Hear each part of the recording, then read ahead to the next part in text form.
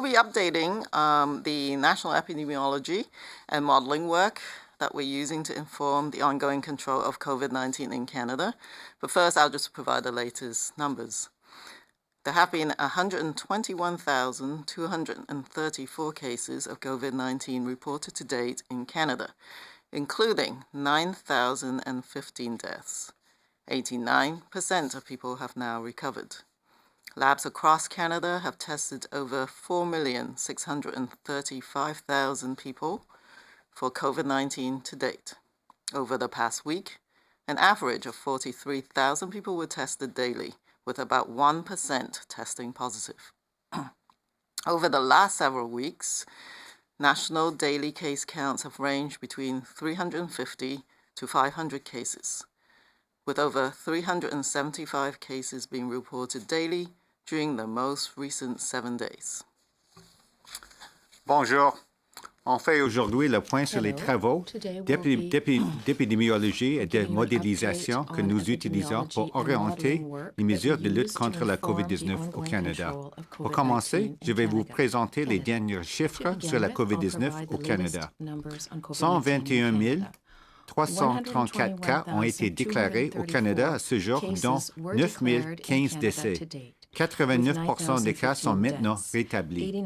À ce jour, des laboratoires de Parc et d'autres du Canada ont effectué un test de dépistage de la COVID-19 pour plus de 4 635 000 personnes. Au cours de la dernière semaine, nous avons testé en moyenne 43 000 personnes par jour, dont environ 1% ont reçu un résultat positif. Au cours des dernières semaines, le nombre de cas déclarés quotidiennement varie entre 350 et 500 cas, avec plus de 375 cas signalés quotidiennement au cours des 7 derniers jours. Slide 2, just give an update on the latest epidemiology across Canada. Slide 3. So all jurisdictions in Canada, with the exception of Nunavut, have reported cases of COVID-19, and this is since the start of the epidemic in Canada. So the higher rates are in dark blue if you have the slides in front of you.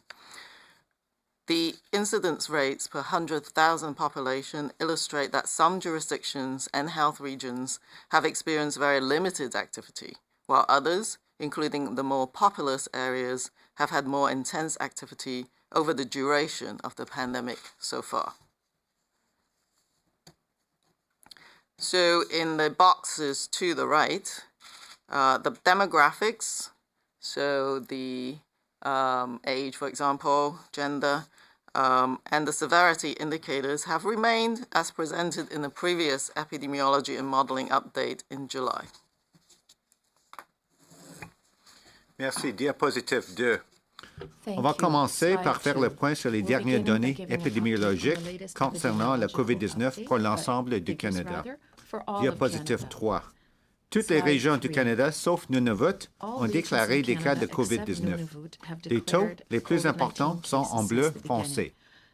Les taux d'incidence par 100 000 personnes montrent que certaines administrations et régions sanitaires ont enregistré peu ou pas d'activité, tandis que d'autres, plus peu peuplées, ont été confrontées à une activité beaucoup plus intense depuis le début de la pandémie.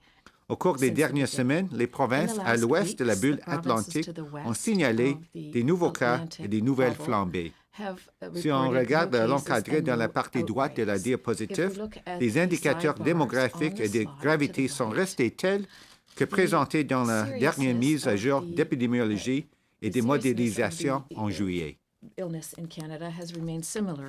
To what we saw in July 4. In our epidemiological update. The trend in new cases and deaths reported daily illustrates the decline in COVID-19 activity since the peak in late April.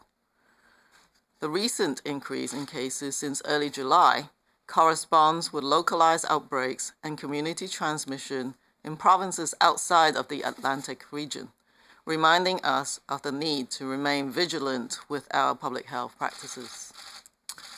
Diapositive 4. L'évolution des nouveaux cas et des décès déclarés quotidiennement indique que l'activité de la COVID-19 est en déclin depuis le pic de l'épidémie à la fin d'avril.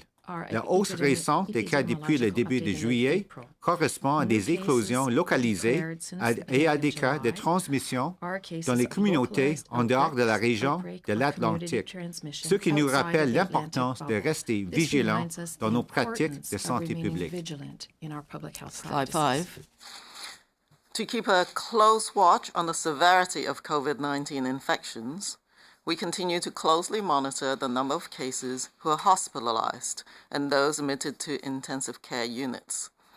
Seeing the decline in these severity indicators gives us reassurance that our public health measures are helping to minimize severe illness and deaths due to COVID-19. These indicators have remained low during the month of July, though they have plateaued more recently. Over the coming weeks, we will continue to closely monitor for any change in severe illness patterns. Diapositive 5. Pour surveiller de près la sévérité des cas de COVID-19, nous continuons de suivre le nombre de cas hospitalisés et de cas admis aux soins intensifs. La baisse constatée des indicateurs de sévérité montre que nos mesures de santé publique aident à réduire les problèmes de santé graves et les décès dus à la COVID-19. Ces indicateurs sont demeurés peu élevés en juillet, mais ils ont atteint un plateau récemment. Au cours des prochaines semaines, nous surveillerons de près pour repérer tout changement en lien avec les manifestations sévères. Slide 6. The highest incidence of COVID-19 since early July has occurred among individuals aged 20 to 39 years. Although severe illness is less common in younger individuals, they are not immune to severe outcomes. Moreover, transmission in any age group builds a reservoir for the virus that threatens our ability to maintain epidemic control. We do expect to see some increases in the number of daily cases as we move forward with reopening, and it is our collective responsibility to limit the size and impact of these surges. It will be important to keep infection rates low to prevent sparking an outbreak or setting off a chain of transmission that could enter a population or setting at high risk for severe COVID-19 outcomes. Diapositive 6. Depuis le début de juillet, la plus forte incidence de la COVID-19 a été constatée chez les personnes âgées de 20 à 39 ans. Les jeunes adultes sont moins nombreux à présenter des manifestations sévères, mais ils ne sont pas à l'abri des conséquences graves de la COVID-19. Par ailleurs, toute transmission dans une tranche d'âge donnée contribue à former un réservoir pour le virus qui affecte notre capacité de garder l'épidémie sous contrôle. Nous nous attendons à voir des hausses de nombre quotidien de cas à mesure au fil du déconfinement. Notre responsabilité collective est de limiter leur taille et leur impact.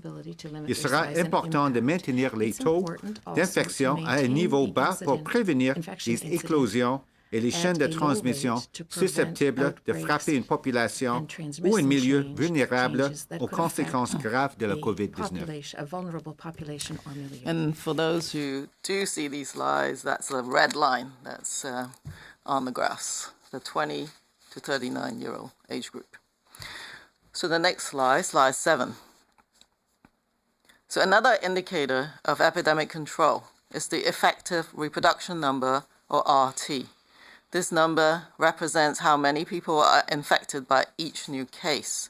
In order for the epidemic to die out, RT needs to remain consistently below 1, meaning on average, each new case infects less than one other person. Given overall case counts are low, it's really important to note that changes in the daily case counts with the attendant fluctuations in the RT may be a less clear signal of the trend of the pandemic in Canada when national infection rates are low. Diapositive 7. Un autre indicateur de la maîtrise de l'épidémie est le taux de reproduction réelle, ou RT. Ce nombre indique combien de personnes sont infectées par chaque nouveau cas. Pour que l'épidémie s'éteigne, le RT doit demeurer inférieur à 1 de façon constante, ce qui veut dire qu'en moyenne, chaque nouveau cas infecte moins d'une autre personne. Comme le nombre général de cas est faible, Il importe de préciser que les variations de nombre quotidien de cas et les fluctuations du RT qui en découlent ne brossent pas un portrait fidèle de l'évolution de la pandémie au Canada lorsque les taux nationaux d'infection sont faibles. Slide 8. Settings involving closed spaces, crowded places, and close contact situations pose a high risk for COVID-19 outbreaks. Overall, long-term care and assisted living homes, the red bars, have been hit the hardest, particularly in the earlier months of the pandemic, when over 1,000 separate outbreaks occurred. These accounted for about 20% of confirmed cases and, tragically, over 80% of all deaths. In April and May, a significant proportion of COVID-19 outbreaks were also occurring in healthcare settings and congregate living and work settings, including some very large outbreaks. Following the reopening of social and economic spaces, a smaller number of outbreaks continue to be reported in a wider range of social settings, including food and drink establishments, private gatherings, and parties. Diapositive 8. Les milieux avec des espaces clos, des lieux bondés et des situations de contact étroit produisent un risque élevé pour des éclosions de COVID-19. Dans l'ensemble, les endroits les plus durement touchés ont été les centres de soins de longue durée et les résidences pour personnes âgées. Ça, c'est les barres rouges. Particulièrement durant les premiers mois de la pandémie, alors que plus d'un millier d'éclosions distinctes ont été enregistrées. Ces éclosions représentent environ 20 des cas confirmés et, tragiquement, plus de 80 des décès. En avril et en mai, un nombre important d'éclosions de COVID-19, dont certaines de très grande ampleur, sont aussi survenues dans des centres de santé et des lieux d'habitation et de travail collectif. Depuis la réouverture des espaces sociaux et économiques, un faible nombre d'éclosions continue d'être signalé dans une plus grande variété des milieux sociaux, comme les commerces d'aliments et de boissons, les rassemblements privés et les fêtes. Slide 9. This map shows recent trends in COVID-19 activity over the past 2 weeks. Currently, geographic areas with increased transmission, the dark blue areas on the map, include those experiencing localized outbreaks and jurisdictions with previously low levels of COVID-19 activity, such as BC, Saskatchewan, and Manitoba. With COVID-19 activity actively circulating in Canada, new cases or outbreaks can begin anywhere. This means that all areas of Canada must ensure public health, laboratory testing, and infection prevention control measures are well in place to maintain a high level of awareness and readiness to detect and respond to new cases rapidly. Diapositive 9. Cette carte montre les tendances COVID-19 récentes au cours des 2 dernières semaines. À l'heure actuelle, les régions géographiques à transmission accrue, c'est en bleu foncé sur la carte, comprennent des régions confrontées à des éclosions locales et des provinces qui avaient auparavant un faible niveau d'activité de la COVID-19, comme la Colombie-Britannique, la Saskatchewan et le Manitoba. Comme la COVID-19 circule activement au Canada, de nouveaux cas et de nouvelles éclosions peuvent survenir n'importe où au pays. Cela veut dire que toutes les régions du Canada doivent s'assurer de mettre en place des mesures de santé publique, de dépistage et des mesures de prévention et de contrôle de l'infection pour maintenir un haut niveau de vigilance et de préparation qui permettra de détecter rapidement les nouveaux cas et d'intervenir rapidement. Slide 10. We are also monitoring the international situation carefully. Very high infection and death rates are being reported in many countries worldwide. Even countries that demonstrated early success have experienced significant resurgences.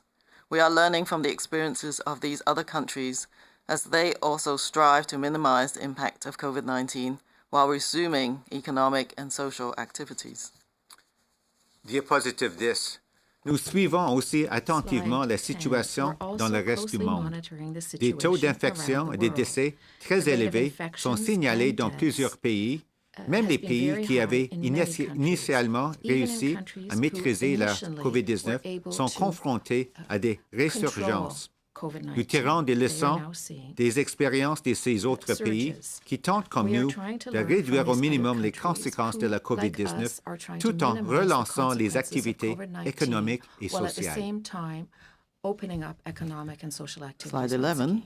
In today's modelling update, I'll review why we need to continue with critical public health measures to maintain epidemic control, stamp out new outbreaks quickly, and prevent any widespread resurgence of cases. Recall that models provide a prediction of what could happen under hypothetical scenarios, allowing us to drive our public health actions towards a best possible outcome. Diapositive 11. Dans la mise à jour sur la modélisation aujourd'hui, je vais passer en revue pourquoi nous devons continuer de mettre en œuvre des mesures de santé publique essentielles pour contrôler l'épidémie, endiguer rapidement les nouvelles éclosions et prévenir une résurgence à grande échelle des cas. Il importe de se rappeler que les modèles fournissent une prédiction de ce qui pourrait se produire dans divers scénarios hypothétiques. Ils nous permettent donc d'orienter les mesures de santé publique pour obtenir le meilleur résultat possible. Slide 12.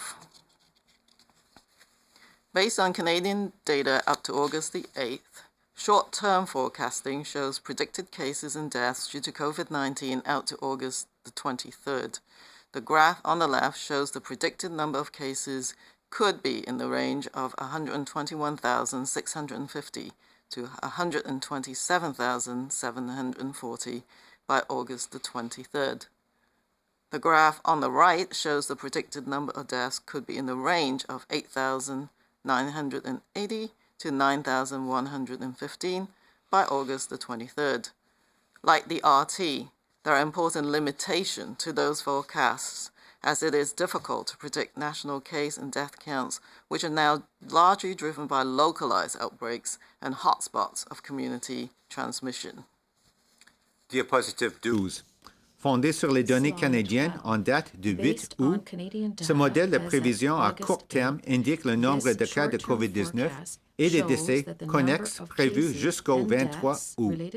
Le graphique de gauche montre que le nombre de cas pourrait se situer entre 121 650 et 127 740 jusqu'au 23 août. Le graphique de droite montre que le nombre de décès pourrait se situer entre 8 980 et 9 115 jusqu'au 23 août. Comme dans le cas de RT, ces prévisions comportent des limites importantes. Il est difficile de prédire le nombre de cas et de décès car ils sont maintenant en grande partie liés aux éclosions localisées et aux points chauds de transmission communautaire. And community transmission. Just to say, for those of you who are looking at today's numbers, they're tracking along that black dotted line in the middle of that range of estimates. Slide 13. So dynamic models show us that a combination of public health measures will be essential to keep transmission rates low as we continue to resume economic and social activities. Lifting restrictive public health measures, like school and business closures, without strengthening these other controls will likely cause the epidemic to rebound. Diapositive 13. Des modèles dynamiques montrent que les mesures de santé publique seront essentielles pour garder les taux de transmission bas pendant cette période de relance des activités économiques et sociales. La levée des mesures restrictives de santé publique, telles que la fermeture des commerces et des écoles, sans renforcer ces autres mesures de santé publique, pourrait mener à un retour en force de l'épidémie. Slide 14. As we continue to lift restrictive public health measures to minimize other health, social, and economic consequences, we expect to see some resurgence in cases, similar to what we've been seeing in July. Until we have safe and effective treatments or vaccines for widespread and lasting control of the pandemic, we will continue to see cases. The key is to keep the infection rate low to limit spread. This is what we mean when we say we're striving for a relatively slow burn to keep epidemic growth under control at all times. Nevertheless, it is prudent to plan and to be prepared for a reasonable worst-case scenario. This type of scenario could include a large fall peak, followed by ongoing peaks and valleys in which resource demands intermittently exceed the health and/or public health system's capacity to manage. Continuing to build up capacity across our health, public health, and laboratory systems, while urging all Canadians to continue with public health practices, will give us the best chance of keeping the epidemic on a slow burn, while preparing us in the event of a need to rapidly ramp up response measures for a possible larger resurgence. Diapositive 14. À mesure que nous continuons de lever les mesures restrictives de santé publique pour réduire au minimum leurs conséquences involontaires sur le plan social, sur le plan économique et sur la santé, nous nous attendons à vivre une résurgence de la transmission, ce qui pourrait ressembler à ce que nous avons vu pendant le mois de juillet. Tant que nous n'aurons pas de traitement ou de vaccin sûr et efficace pour un contrôle généralisé et durable de la pandémie, nous continuerons à voir des cas. La clé consistera à garder le taux d'infection à un niveau bas pour limiter la propagation. C'est ce que nous voulons dire quand nous parlons de combustion lente, de garder la croissance épidémique sous contrôle à tout moment. Néanmoins, il est prudent de planifier et de se préparer au pire scénario raisonnable. Ce type de scénario pourrait inclure un grand pic d'automne suivi d'un pic et creux continu dans lesquels les demandes de ressources dépassent parfois la capacité de gestion du système de soins de santé ou du système de santé publique.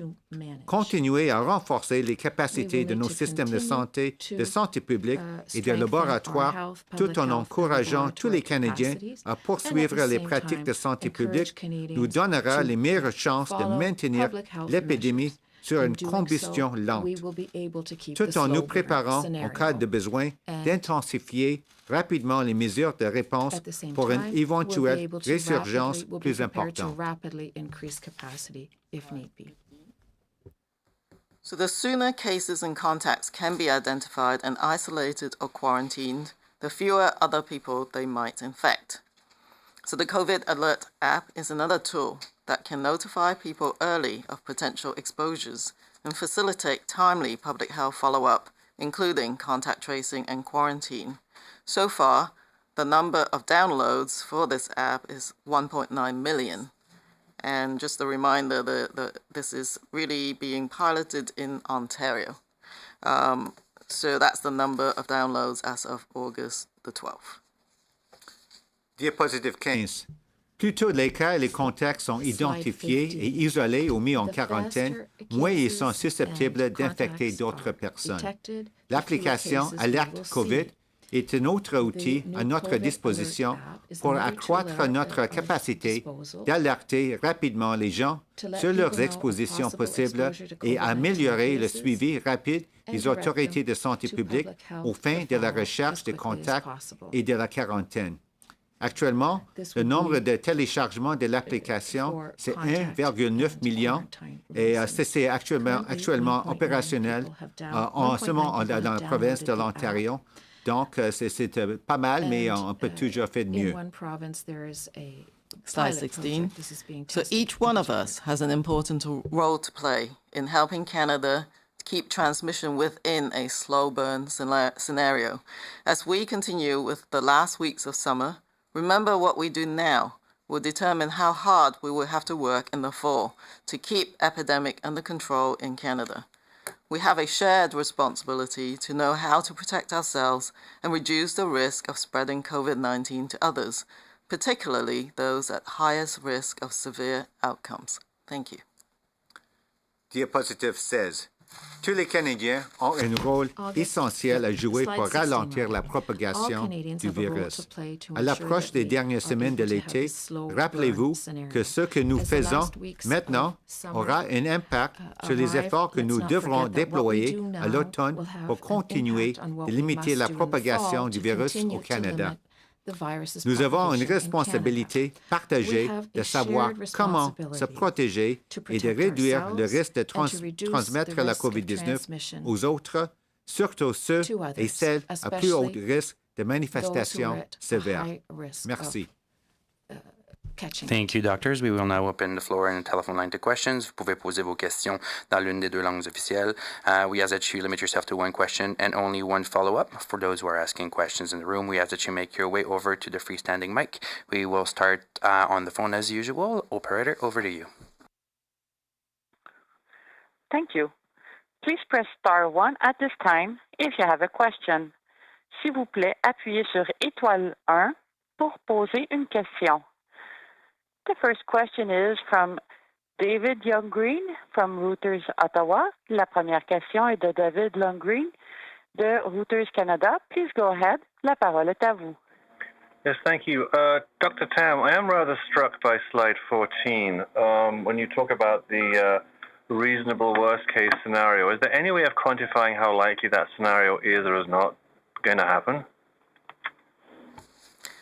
That's not an easy thing to do because really the scenario is for planning, but everything, as I've said, is sort of in our hands. So the sort of day by day, week by week monitoring of how well we control things right now will sort of determine the actual outcome.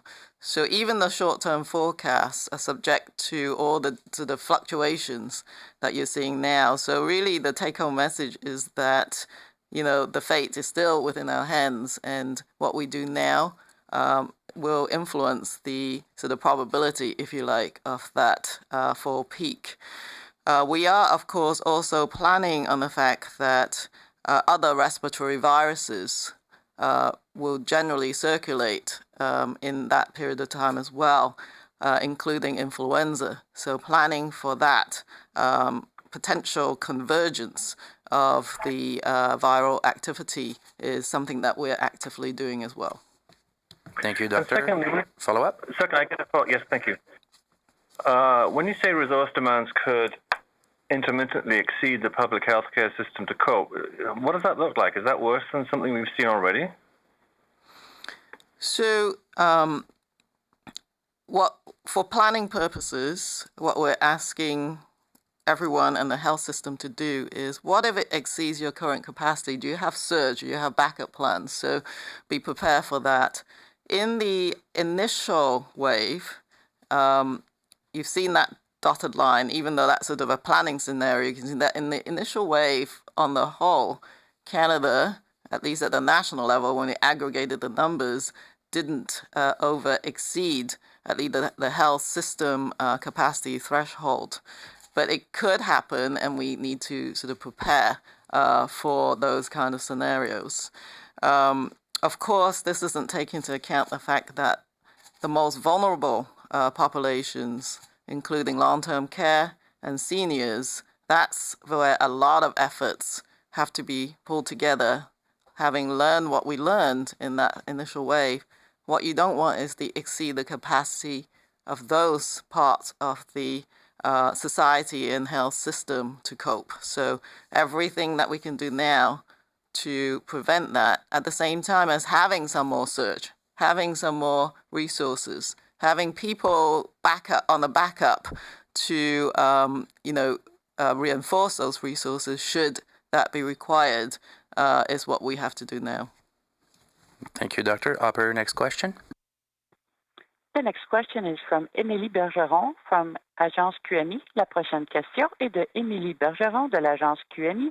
Please go ahead. La parole est à vous. A question from Emily Bergeron. Merci. Oui, bonjour. J'aimerais revenir sur un peu dans la même veine que la question précédente. Donc, on parle de percées. On peut s'attendre à des percées. Vous mentionnez ça à plusieurs places dans la diapositive 6. notamment. Et plus tard, dans la diapositive 14, quand vous parlez de pic d'automne, pouvez-vous préciser, est-ce qu'on parle d'une deuxième vague pour monsieur, madame, tout le monde? Qu'est-ce que ça veut dire? C'est une deuxième vague à l'automne et quand à l'automne? Donc, en octobre, en septembre? Merci pour la question.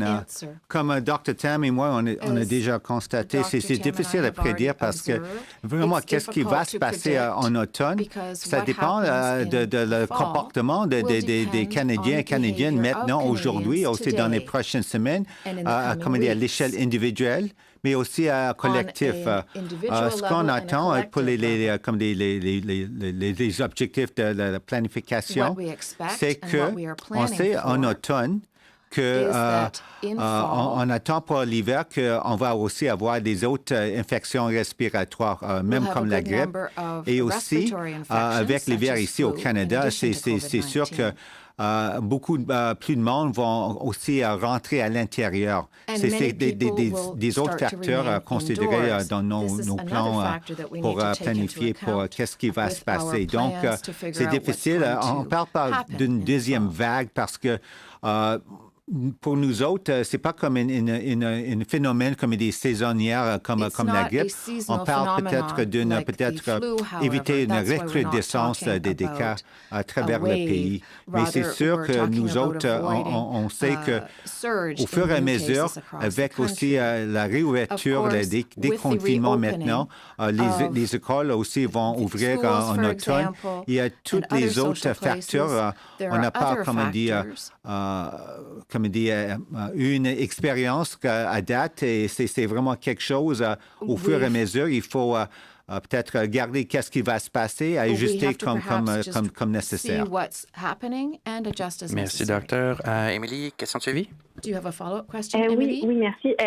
Donc, OK, je comprends bien que on parle de recrudescence et pas forcément de deuxième vague, mais quelle région du Canada, selon l'information qu'on a déjà en ce moment,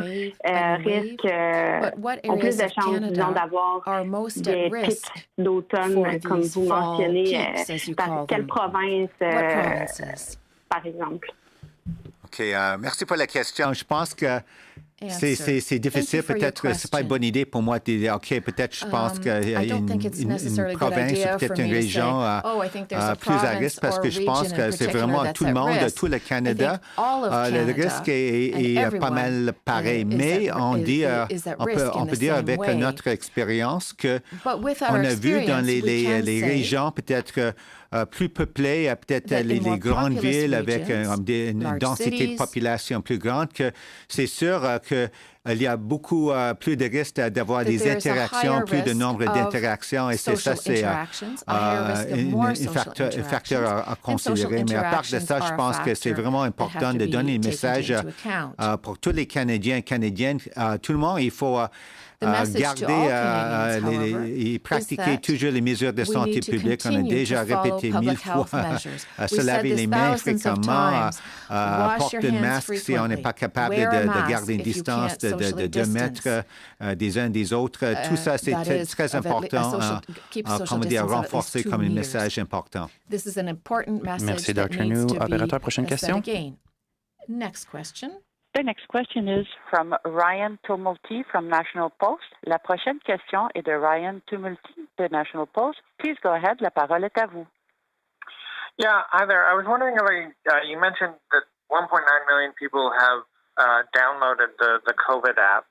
I'm wondering if you can say how many people who have been diagnosed with COVID have used it to alert contacts, and how many contacts, I guess, have been alerted through the app. I guess more broadly, I'm wondering if you're happy with the way the app is working, as an actual contact tracing app. I'm afraid I can't answer your question, but perhaps the Ontario authorities might have more from that perspective in terms of, I think your question was how many people would have receive one of those keys that they put in the phone and alerted people. So at this stage, I can't answer that question. What I will say is that obviously the population of Ontario is just over 14 million, and we now have 2 million people downloading the app. So the idea is just keep going. Actually, I think that's a pretty good result since the start of the pilot, as it were. And I would particularly encourage those who live with their phones, the younger adults, to download this thing, particularly as we've seen with the epidemiology.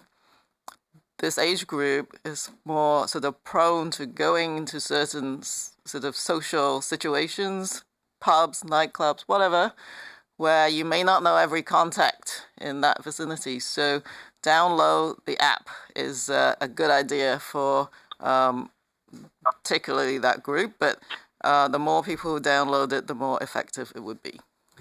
It's Dr. New. Maybe I'll just add to that. Just to clarify, you mentioned contact tracing app, and I think it's important to distinguish that this is what we call an exposure notification app, because I think if you use that term, some people might get the idea that it actually, quote, replaces the actual hard work of contact tracing. It doesn't. It's another tool to assist in what we still is a resource-intensive activity in terms of contact tracing, real people, contacting real people and, making sure they interview them, identify who they might have been in contact with, et cetera, and so on. So I just want to make it clear that this is another tool, this exposure notification app, but it doesn't replace, and it's certainly, I think, hopefully complementary to the real work of contact tracing. Thank you.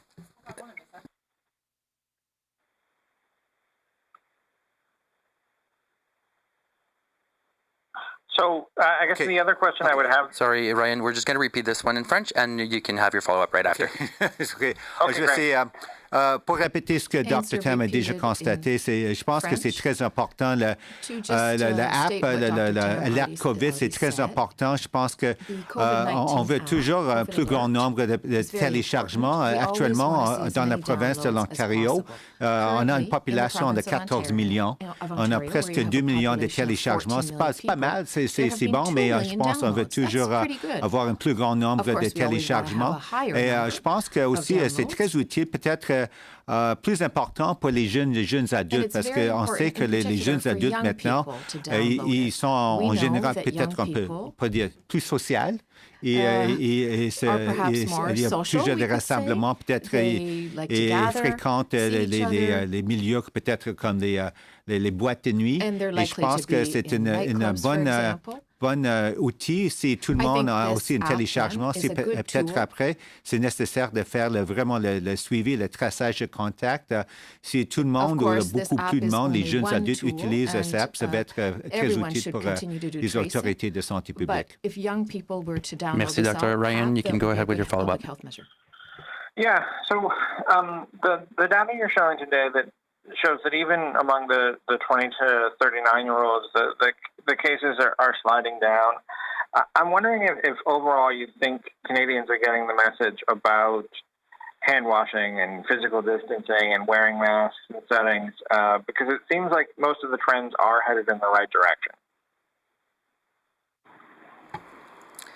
Well, I do think that overall Canadians have done very well.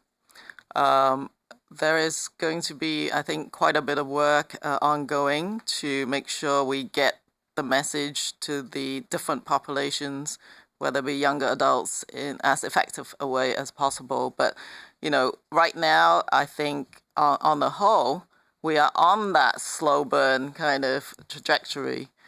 But it doesn't take much for things to escalate. I believe Dr. Henry, for example, in British Columbia yesterday gave a strong word of reminder, and that there are still some of the population that are not observing some of these rules or public health advice. And so we can always do better. But I'm really, thankful that the majority of the population, I think, are following the public health authorities. Can always do better, I have to say. Thank you, doctors. We will now turn over to the room. Radio-Canada. Oui, bonjour. J'aurais une question par rapport aux tests. Bon, là, vous avez dit que vous en faites à peu près 43 000 par jour au pays. On sait qu'il va y avoir la rentrée scolaire bientôt. Donc, ça veut dire plus de contacts. On a vu, par exemple, hier, un cas juste à Québec, un Costco, un supermarché, plusieurs employés qui ont testé positif. Il faut que tout le monde soit testé. Est-ce que vous craignez de manquer de matériel pour les tests dans les prochaines semaines, dans les prochains mois au Canada? Oui, merci pour la question. Je pense qu'actuellement, on continue avec nos efforts au sein du gouvernement fédéral, mais aussi en travaillant étroitement avec nos homologues des provinces et territoires pour la fourniture, pour le dépistage laboratoire. À date, ce que je comprends, on a assez de fournitures et c'est très important parce que ça fait partie de notre planification pour l'automne pour assurer qu'avec la réouverture des espaces socio-économiques, il faut toujours avoir la capacité, si on a des cas signalés dans n'importe quel milieu, on a la capacité de laboratoire aussi de santé publique pour sauter tout de suite sur les cas, pour isoler aussi, pour tracer les contacts et faire les suivis, et aussi avec les dépistages comme nécessaire. Donc, à date, on continue avec nos efforts et je pense qu'on est dans une bonne place maintenant. Donc, juste pour que ce soit clair, là, vous ne craignez pas de manquer, par exemple, d'échantillons dans les prochains mois pour faire des tests au Canada?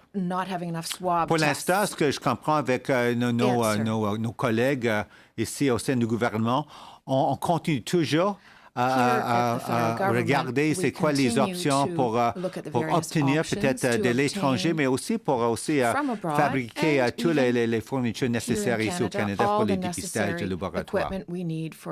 Merci beaucoup. Prochaine question, Lina. Bonjour, Lina Dib, la presse canadienne. Je voudrais savoir, dans votre modélisation, est-ce que vous avez pris en compte les efforts qui ont été faits depuis mars pour préparer, par exemple, le système hospitalier? Quand vous parlez de peut-être une recrudescence en automne et que peut-être le système entier sera débordé, est-ce que vous prenez en compte tout ce qui a été fait?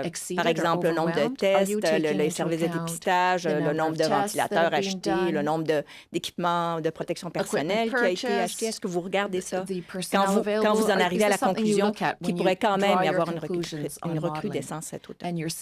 Oui, sûrement, c'est fait partie de notre planification à l'échelle fédérale, mais aussi avec nos homologues des provinces et territoires, parce qu'avec notre expérience de l'hiver, de mois de février, mars, avril et mai, on sait mieux qu'est-ce qu'on peut peut-être nous attendre en mois d'automne.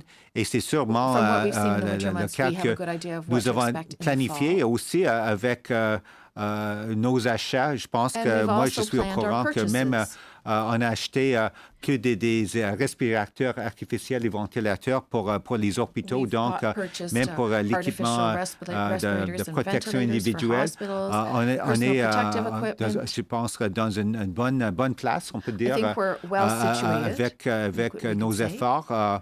Et c'est sûr que pour notre planification, pour, comme on dit, le scénario, le pire scénario raisonnable, c'est fait partie de notre planification. Of course, just thinking in terms of planning for the fall, certainly what we experienced during the past winter, obviously from February through to April with everything that happened with the healthcare systems, we've taken that into account. And certainly as we are moving forward with planning, the federal government, obviously with our counterparts, partners in the provinces and territories, we're looking at all of the types of equipment we need, from personal protective equipment, swabs for the laboratory, but also even the equipment such as ventilators for hospitals. And so we're continuing with our efforts to make sure that we obtain, to have that surge capacity. And certainly, as we plan for what we just talked about, what we call a reasonable worst-case scenario, that's certainly part of our planning efforts. Okay. I'll try in English because maybe my question wasn't clear enough. So my question is, we did some efforts, right, since March. A lot of things were done. Yet you are still saying that in the fall we could get a peak.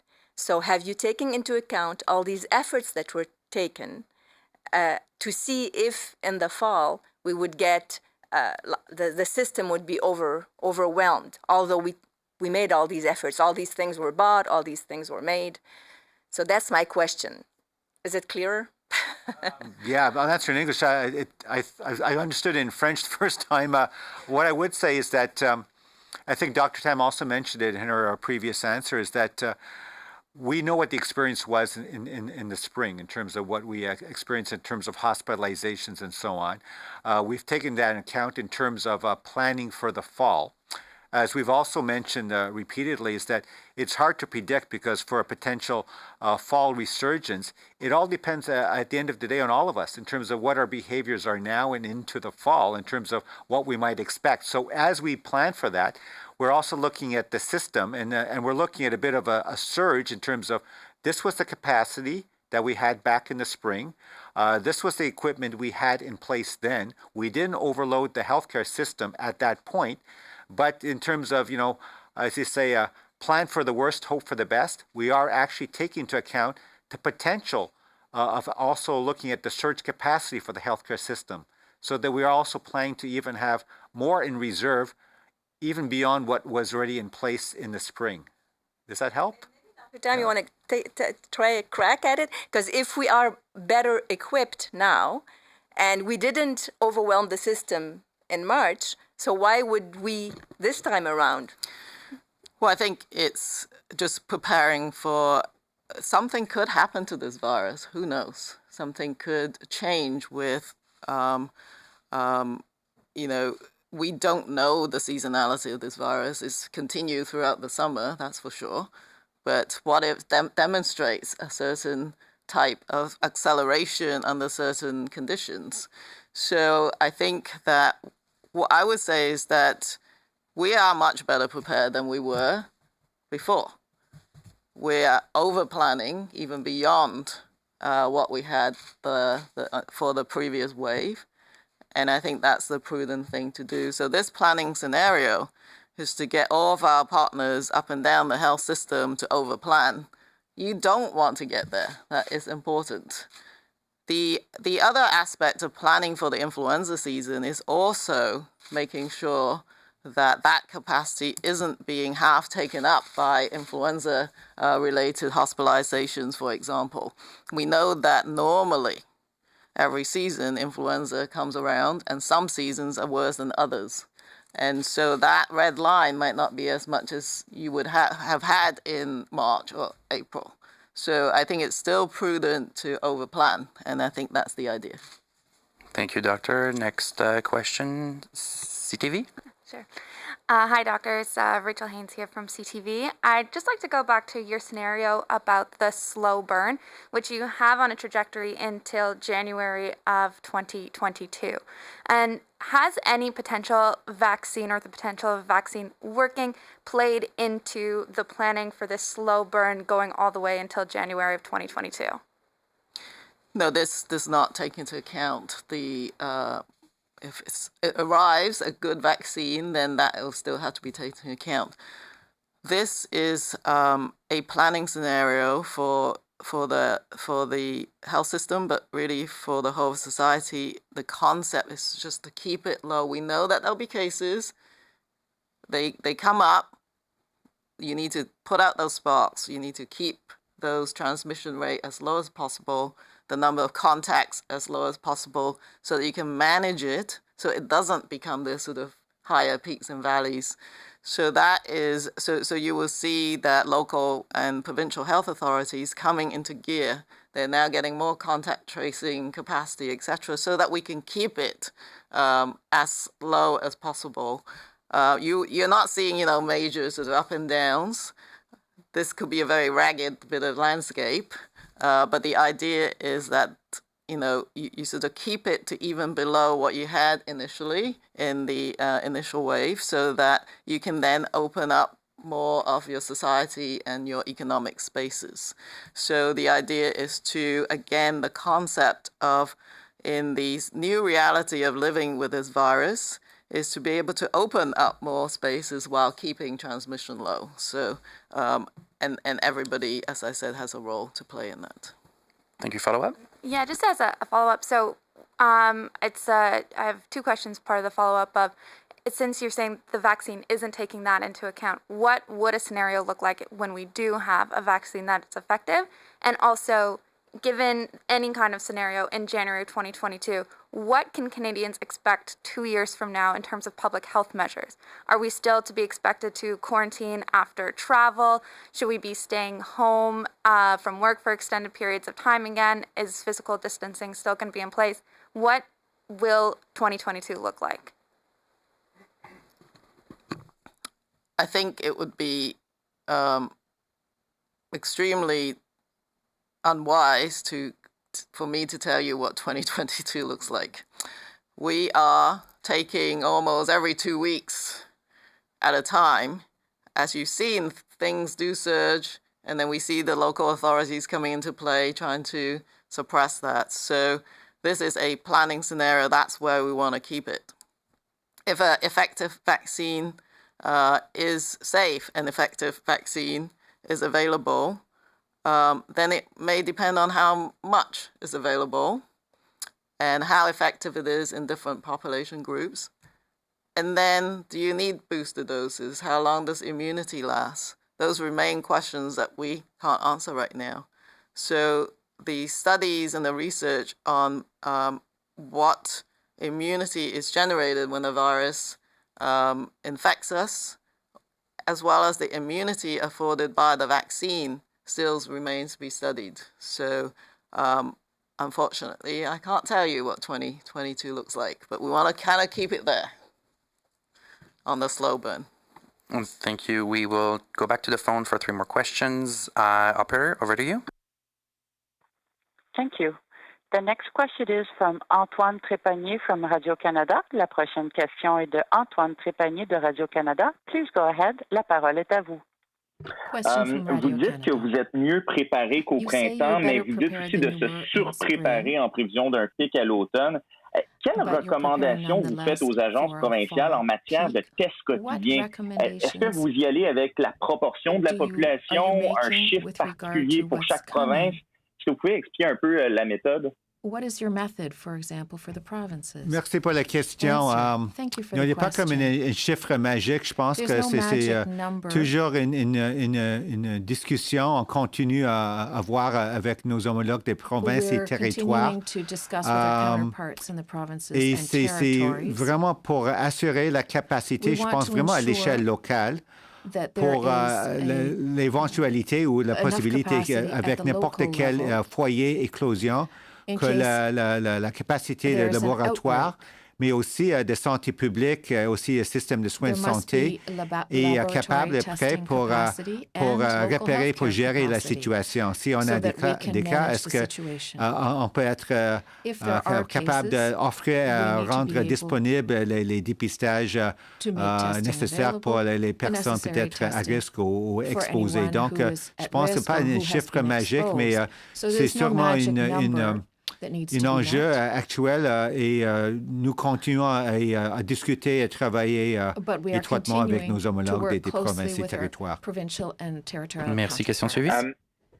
Oui. Quel constat est-ce que vous faites sur le terrain en ce moment? Est-ce que les gens écoutent les consignes de l'Agence fédérale et des provinces? Puis, parce qu'on voit que les courbes baissent, mais est-ce que pour vous, en ce moment, ça vous encourage? Ou bien, comment est-ce que vous voyez finalement les prochains mois avec le pic que vous appréhendez au niveau de l'attitude des gens par rapport à vos recommandations?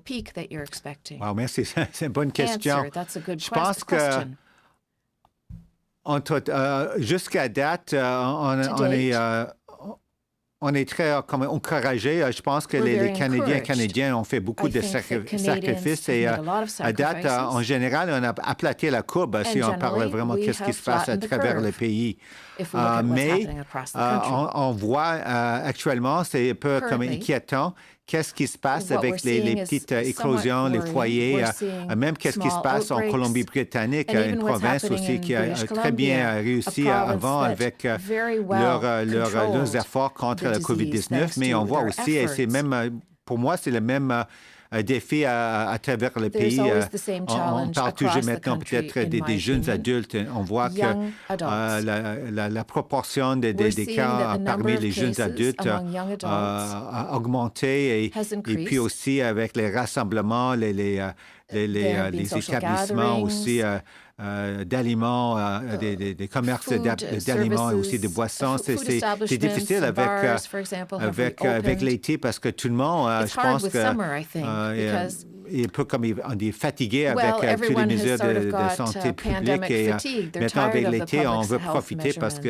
notre été, c'est pas très long ici au Canada. Et je pense que peut-être pas la crainte, mais la préoccupation, c'est il faut toujours, tout le monde doit être, comment dire, prudent et c'est très important de continuer à pratiquer les mesures de santé publique parce qu'en automne, on va commencer à rentrer encore à l'intérieur. Ça va être quelque chose d'autre et aussi avec la saison normale des autres infections respiratoires aussi, la grippe. C'est très important de continuer avec nos efforts. Ça, c'est, je pense, un enjeu très important pour tout le monde, aussi à être conscient et aussi pour nous autres dans nos efforts de planification. Parfait, merci, docteur. Opérateur, prochaine question. Thank you. The next question is from Tonda McCharles from Toronto Star. La prochaine question est de Tonda McCharles de Toronto Star. Please go ahead. La parole est à vous. Yes, hi. Thanks for taking the call. The question. I'm curious about Dr. Tam, if you could apply some of the modeling that you've looked at to the situation at the Canada-U.S. border today that was extended for another month. How long do you see that situation continuing, given the inability of the U.S. to control the outbreak? Again, I think it requires continuous assessment because the epidemiology can shift rapidly on both sides of the border. We want to keep our good work, and you've seen from the map that Canada is actually in quite a good position right now. I think it's an ongoing evaluation so that every month when we evaluate that situation again, we'll take into account what's going on both sides of the border. But as we look at further planning out, we have to look at different options of how we can increase as safely as possible, international, travel, if you like, using different layers of measures to try and reduce the risk of importation and spread, while sort of looking forward to planning for less restrictions. But the key is to do it really carefully and thoughtfully. And so, this is where we're at today, and we'll keep evaluating it until the next decision comes along as well.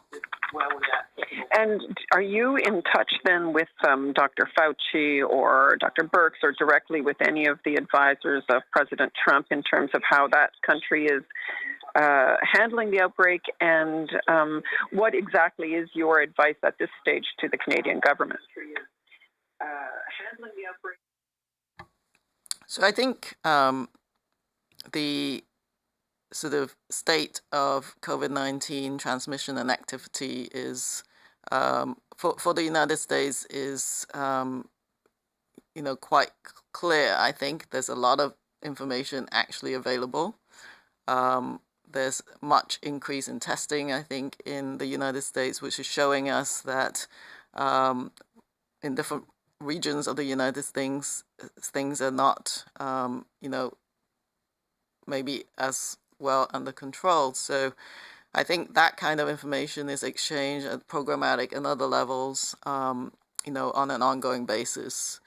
But for sure, looking at any differential gradient between the risk between the countries has to be assessed every day as well.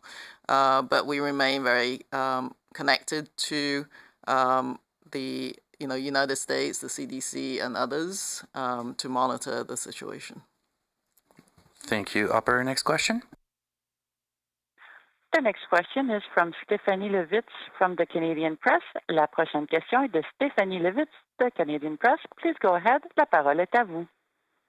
Good afternoon. Thank you for taking my question. I wonder if you could be a bit more specific, Dr. Tam or Dr. New. When you talk about exceeding hospital capacity, what do you mean by capacity? Do you mean beds? Do you mean ventilators? What is it?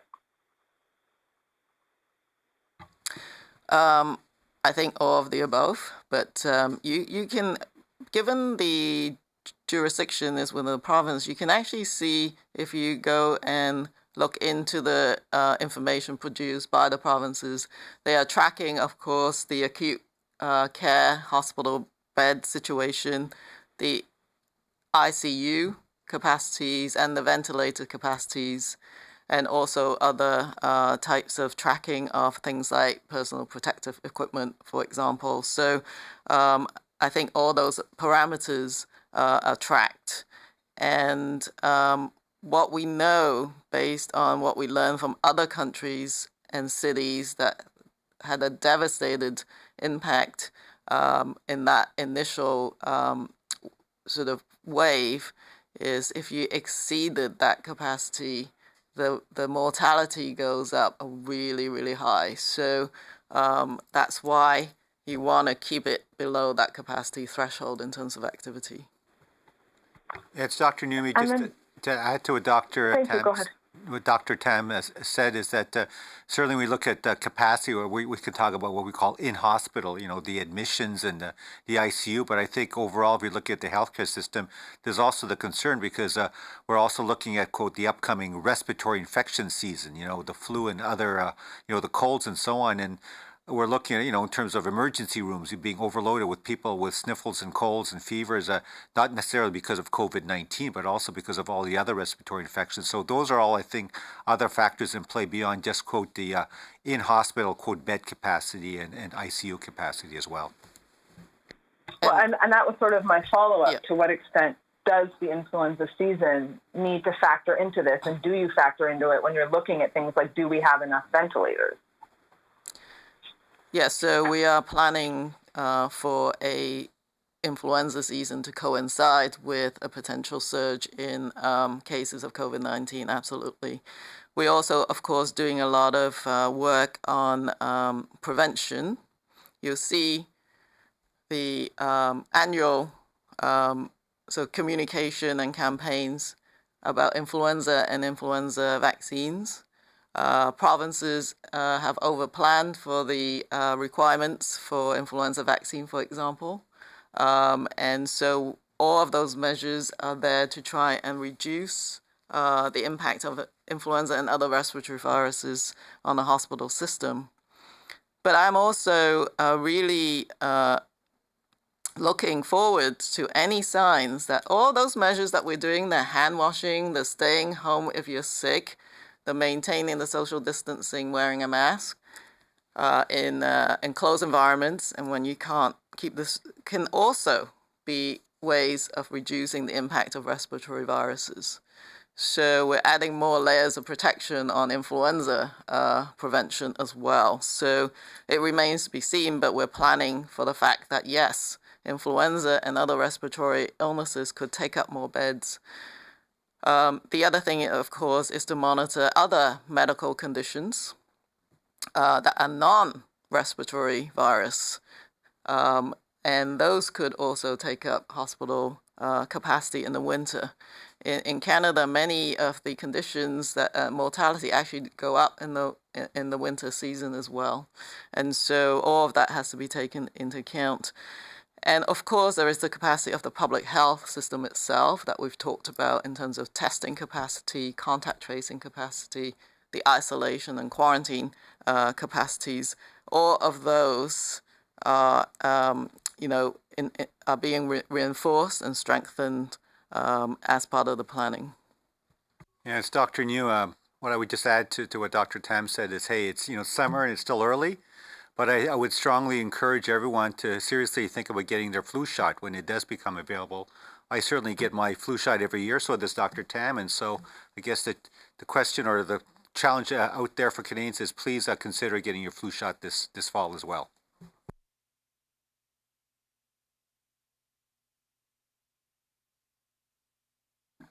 Pouvez-vous répéter en français? Juste à partir du vaccin sur la grippe. Oui, je sais, c'est l'été maintenant avec le beau temps. C'est pas quelque chose, on pense vraiment maintenant, avec le vaccin contre la grippe saisonnière, mais je pense que moi, j'encourage fortement pour tous les Canadiens et Canadiens vraiment pour considérer de recevoir le vaccin contre la grippe quand ça sera disponible en automne. C'est très important. Moi, je reçois toutes les années le vaccin et je pense que c'est une bonne mesure aussi pour se protéger et aussi avec la COVID-19. Si on a quelque chose, un autre outil ou un autre moyen pour se protéger contre les autres infections respiratoires, je pense qu'il faut en profiter. Merci, doctor. We'll take one more question in the room and then we'll go back to the phone. CBC? Yeah, David Thurton, CBC. So this question is basically, should the government have moved faster to procure PPE like N95s after documents showed there were warnings about shortages in the national stockpile in early February? So I think there was a lot of challenges, obviously, in the supply situation globally. But all stops were pulled out to try and get supplies from overseas, but also begin to augment domestic manufacturing capacity. So I think, personally, I think a lot of lessons have been learned. And as we plan for the reasonable worst-case scenario, the key is to, as I say, overstock and get more of those supplies in as now that we have the summer months, as it were. But, all of those things need to be strengthened as we go forwards. And I just wanted to go back to slide 14. You see that significant peak in the fall. It is much greater than the peak that we saw May, June, or July, if I'm not mistaken. What is the number at the top of that peak? What's the number that we should be quoting in our stories? Because it doesn't say in the slide.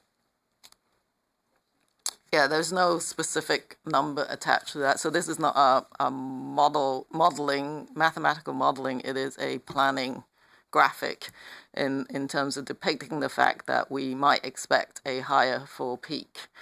I know that, for planning purposes, there's been some modeling done for people. But it says number of new cases. So there has to be a number there that you guys are using and comparing to make that comparison. Yeah, so there isn't an actual number, but for planning purposes, some of the considerations are at least looking. It depends on where you were in that first wave as well. Some jurisdictions had very few cases, some had a lot. So for the jurisdictions that had a very high experience with cases, they are planning for several-fold higher than what they had before. But if you were in Nunavut, for example, you may want to plan for 100 times what you had because you actually had very few cases. So it may depend on your local experience as well. But the idea is to plan for something that's at least several times worse than your previous experience. Thank you, Doctor. We'll go to the phone for 2 more questions. Per, next question. Thank you. The next question is from Dan Ralph from the Canadian Press. La prochaine question est de Dan Ralph, the Canadian Press. Please go ahead. La parole est à vous.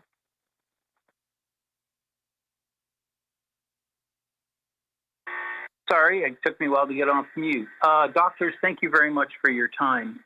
Very much appreciated. We know that the Public Health Agency of Canada is in negotiations with the Canadian Football League about the health and safety protocols for its return to play. I'm wondering what the status of those discussions are and if there's a decision forthcoming maybe today on whether to approve or not approve those measures. Thank you very much for the question. It's Dr. New. So as I mentioned previously, we've had very good discussions with the Canadian Football League in terms of their proposal in terms of health and safety protocols for a potential regular season. As I mentioned before, from my perspective, from a public health perspective, we're quite encouraged. Certainly the model being put forward is similar to, as I would say, the NHL model. It's a bubble concept. I think all the games would be played in the single hub city of Winnipeg. No fans in the stands, no contact with sort of the general population and so on. So I think it's looking very good. So from a pure technical assessment, I think we're very, comfortable with what's been put forward.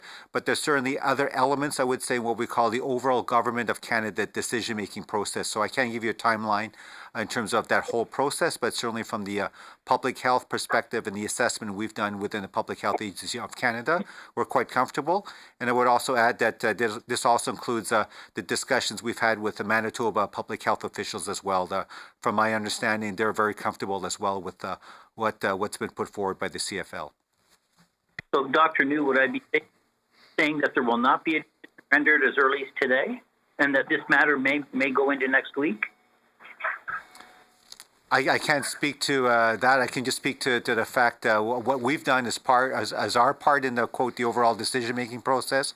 We've done the sort of the public health assessment in terms of the protocol submitted. They look fine. We're comfortable. We've had back and forth in terms of some questions, and they've been answered well. And I would say that from both Manitoba Public Health and us at the Public Health Agency of Canada, we're comfortable. But as you can appreciate, there are other elements involved. As you can see, for other what we call national interest exemption letters, it's involved different ministers, obviously beyond our own health minister. So that's all I can say, and it's really not for me to speak further in terms of timelines. We have time for one last question to squeeze in. Operator, go ahead. Thank you. The next question is from Dave Naylor from TSN. La prochaine question est de Dave Naylor de TSN. Please go ahead. La parole est à vous. Could you, just a follow up to Dan Ralph's question, when you said that you can't give a timeline and there's other concerns, could you in the broadest language tell us sort of what still has to be done for that CFL proposal to be approved? I wouldn't say there's concerns, but there is a process involved. I can't get into all of the details. What I would say is that we at the Public Health Agency of Canada, we've had good discussions. We've looked at the protocols. We've examined them. We have given suggestions, both in terms of very technical issues like laboratory testing, infection prevention control protocols. We've had discussions with Manitoba health officials. They've also looked at the protocols. They're also quite comfortable. And certainly, I can just say for me personally, along with other colleagues at the Public Health Agency of Canada, we're going to, as they say, prepare a package, have it go to our health minister, certainly with our recommendation in terms of what we think should be done with the proposal. And then, as I said, there are other ministers involved, other parts of the government. I can't speak to the machinery of government. I can only speak to what myself and others at the Public Health Agency of Canada have done in terms of what our role has been in this process. Thank you, David. Do you have a follow-up? I do not. Thank you. That will be all for today's press conference. C'est ce qui m'a fait la conférence de presse pour aujourd'hui.